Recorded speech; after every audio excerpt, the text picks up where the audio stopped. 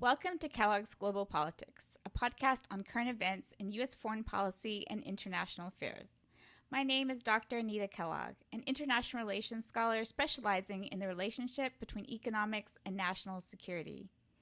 I'm here with Alexander Vindman, a colleague of mine at the Foreign Policy Institute at Johns Hopkins School of Advanced International Studies. He is the former director for Eastern Europe, the Caucasus, and Russia on the National Security Council and a retired lieutenant colonel in the U.S. Army. Hello, Alex. It is an absolute pleasure to welcome you to the show. Hi, Anita. Thank you for having me on. Looking forward to the conversation. There has been no other expert on Russia-Ukraine military affairs that Ryan and I have discussed more than yourself. And so in particular, we were quite struck by the accuracy of your prediction of Putin's invasion of Ukraine. Could you discuss how your background on Russia, too, has informed your analysis of the Russia-Ukraine war?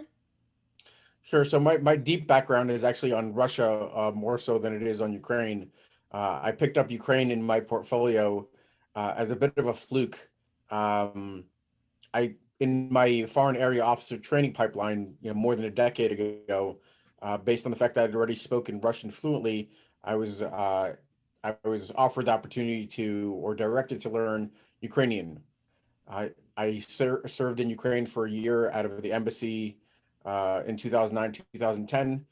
And then all of my other kind of experience has been around Russia.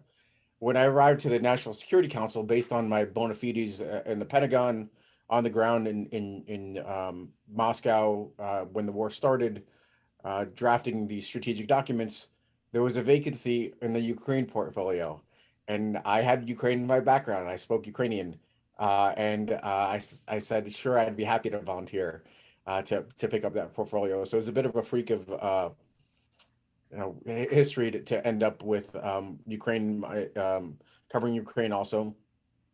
You pointed out that there's not a huge amount of expertise that's cross-cutting against Russia, Ukraine, with on the ground kind of experience in both of those countries. Um, with military, with a military background, there have been quite a few folks that may have served in the embassies there, so diplomatic careers. But really, I guess I was a unicorn in certain regards, having covered both of those. And uh, my understanding of Russia and you know reasonably good analysis of Putin's intentions and objectives, I was able to parse pretty well, I guess, analyze why this war was going to happen, and it was all but certain.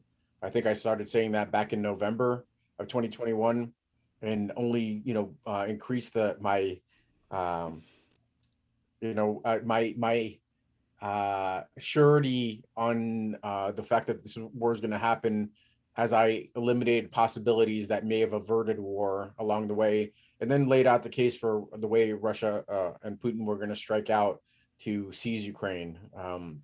So I think although it's a kind of a deep history that allowed me to analyze the situation and make some um, reasonably good predictions, I say.